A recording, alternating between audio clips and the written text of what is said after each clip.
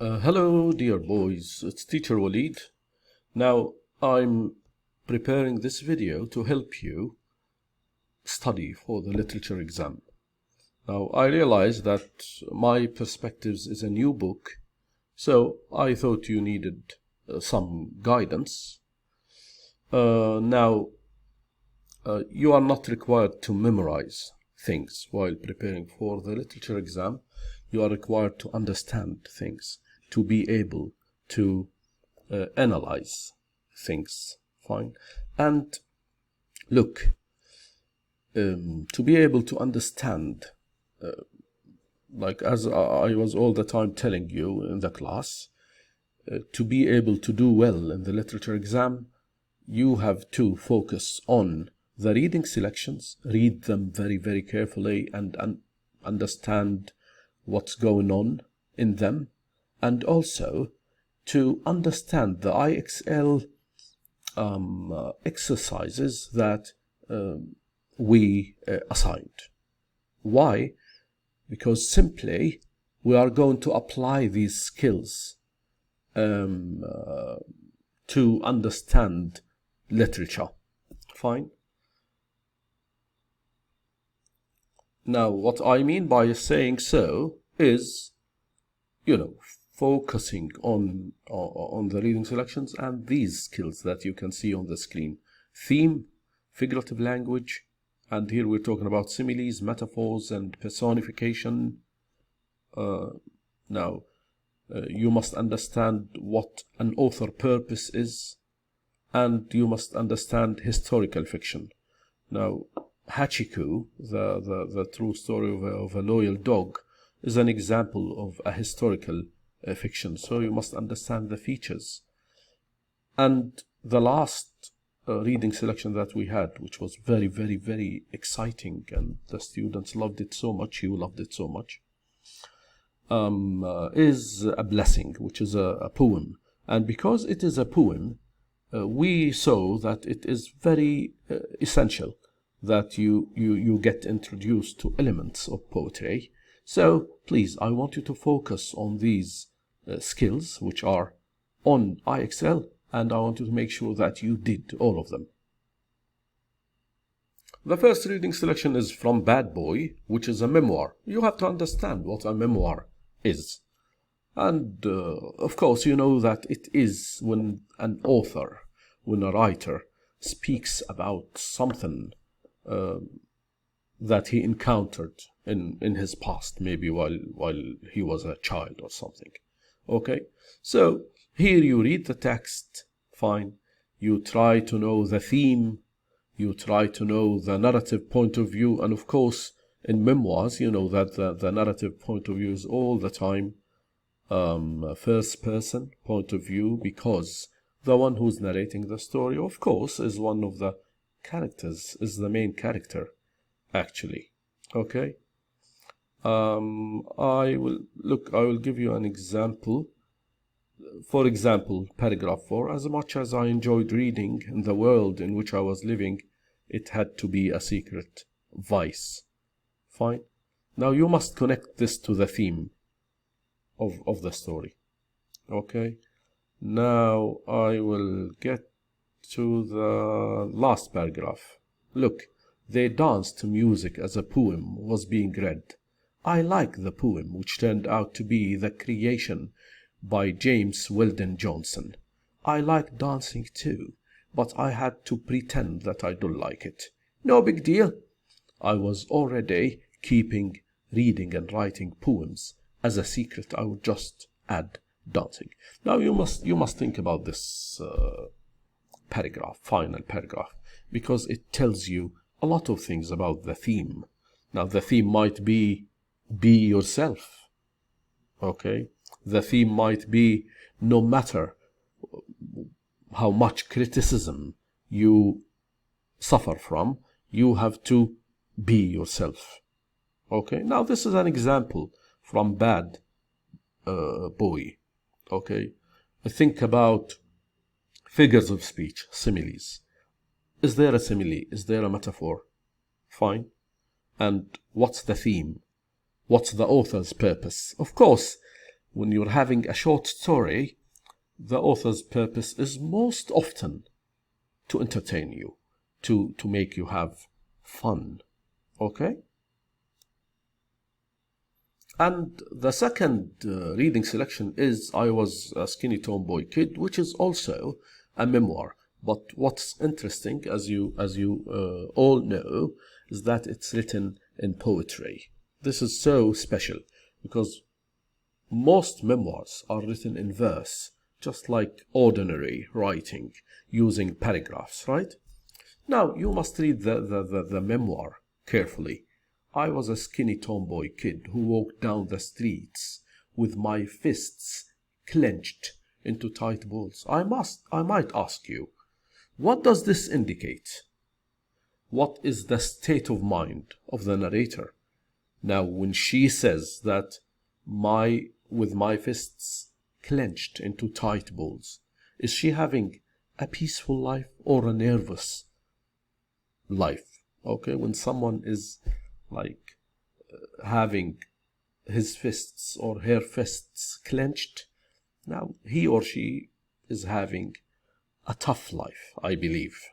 Okay, now look, I like to fly from roof to roof, the gravel falling away beneath my feet. I like the edge of almost not making it, and the freedom of riding my bike to the ocean and smelling it long before I could see it. Okay? Now look, there is a very important part when the narrator is speaking about her mother. Okay? Look, it's very important. Look, I just like to fish, and I vowed to never grow up to be a woman and be helpless like my mother. What does this tell you about the mother? What does this tell you about her life, the mother's life? This is very important. Okay? Look, the last stanza or couple of stanzas. And realize my fists are tightly clenched and the streets come grinning, and I forgot who I'm protecting, and I coil up in a self-mothering fashion and tell myself it's okay.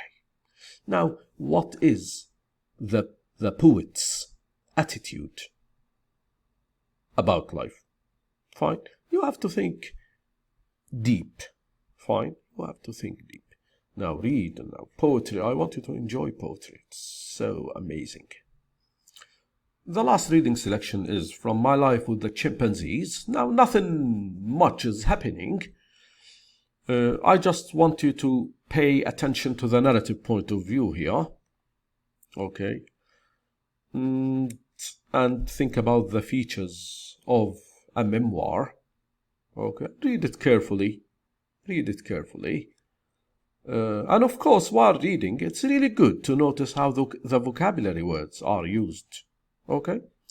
As soon as they saw us, they leapt down and vanished. Okay? Now, notice how the word is used in the sentence. It's not enough to know the meaning. You have to know how the word is used, because you're going to be asked to write or to use words and sentences of your own. As I told you, nothing much is happening here. And the fourth reading selection is Hachiko, The True Story of a Loyal Dog. Now, this is a very good example of historical fiction. Now, what is historical fiction? It's still fiction, which means it's a fictional story, a made-up story. So it's not real. But it is associated with real places. So the place in historical fiction must be real. Look here. You have Tokyo near the Shibuya train station. So they are real places. Okay, my friends? So I want you again to pay attention to similes, personifications, metaphors, author's purpose. Why did he or why did she write this historical fiction? Again, look at the study guide. Think about the theme, okay, elements of historical fiction, and again and again and again, make sure that you did all the IXL exercises that you can see now on the screen and that we assigned before. Okay, and make sure that you're reading the beginning of the story in a very careful way, because I believe that when you understand the beginning, you're going to be immersed, you're going to be engaged with the story, you're going to enjoy it. Fine. Look, he was sitting quietly all alone by a newspaper stand. He had thick cream-colored fur, small pointed ears, and a broad bushy tail that curved up over his back. You must understand that the author here is describing the physical features of the dog. Okay, now why did he or she describe him in such a detailed way? Because now the narrator fell in love with the dog the moment she saw it. She saw the dog. And look here, just then Papa appeared. He was chatting with an older man. Now this older man is important to the story because, you know, he might be the owner of the dog, and sadly, after a while, he dies, right? Sorry. Now, as I told you before, you must know that places, settings are real in historical fictions. And again, I want you to notice how the words are used. This is going to be very helpful with your vocabulary. What's the matter, Papa? I asked him anxiously, standing with one hand on Hachiku's broad head. He sighed. Kentaro, let's go home. Okay, so he avoided his daughter's question because something sad had happened, which is the death of Dr. Owino. Okay, my friends. Okay. Do you still take care of the house where Dr. Owino lived? I asked. Okay. Now look, Mr. Kobayashi said thoughtfully, I don't know, Kantaro. Perhaps he still hopes that Dr. Owino will return someday. He's talking about the dog. And I want you to notice how loyal the dog is. Okay, now the dog dies as well, and look at the last paragraph. The big bronze statue of Hachiko is a very famous meeting place. Shibuya Station, which is a real setting, is enormous now, and hundreds of thousands of people travel through it every day. People always say to each other, let's meet at Hachiko. So the place where Hachiko had a statue and was buried is a landmark now, like the Eiffel Tower, something like that, the Big Ben. It's a landmark. Today, Hachiko is a place where friends and family, long separated, come together again. Finally, we have our final reading selection, which is a poem. It's a lovely poem, and you told me that you loved it so much. Fine. A poem is a short piece of writing, but it is condensed with meanings. It's full of meanings and emotions. Look how it begins. Just off the highway to Rochester, Minnesota, twilight bound softly forth on the grass, and the eyes of those two Indian ponies darken with kindness. You must understand the setting, which is time and place. Look, it's happening near the highway to Rochester in Minnesota. And you must understand this beautiful personification, twilight bound softly, which means twilight walks on the grass. Is this real? No, it's a personification. Okay. Look, they bow shyly as wet swans. They love each other. You must understand that this is a simile. And the next line, which is, there is no loneliness like theirs. Also, you must understand that this is a very beautiful hyperbole. Okay? And hyperbole means exaggeration, right? Okay. Now look, that is, or and the light breeze moves May to caress her long ear that is delicate as the skin over a girl's wrist. Another simile. Suddenly, I realized that if I stepped out of my body, I would break into blossom. So, now the poem is about the relationship between humans and nature, more specifically, animals, right? Now, the relationship between humans and animals exceeds or goes beyond using them for work to help us with farming, etc. No, we sometimes form bonds, okay, emotional bonds, like you love your pet. A man might love his horse so much. Yeah, no, this is it. So, my friends, I want you to read carefully. I want you to think deep. Fine. Go beyond the surface. Dig deeper. I want you to analyze literature. And I want you to make sure that you understood the skills, the skills that we are assigning on IXL, because they're going to help you appreciate literature and understand literature. And here I'll reveal a small secret. Look, this is the real final exam, and I'm giving you this question as a bonus and as a chance to know how the questions are written. Fine, look. Now this is the text that you're having. Okay. Look, you don't need to memorize. It's just now in front of you.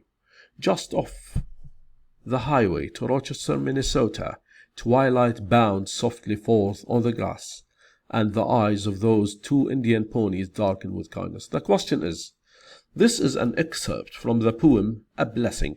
What is the figure of speech that it contains? Is it a simile, onomatopoeia, metaphor, personification, theme, hyperbole? Think about it. Yeah, baby. So, this is it. This is all you need to know about the literature exam. I hope this video is going to be helpful. And please, whenever you have a question, whenever there is something that you can't understand, you can ask me in 6B and ask Mr. Kamal in 6B. And this video is I'm going to share it with Mr. Kamal so that he can share it with you. I think we're going to upload it on EduNation. Thank you, my dear boys, and I wish you the best of luck. Thank you.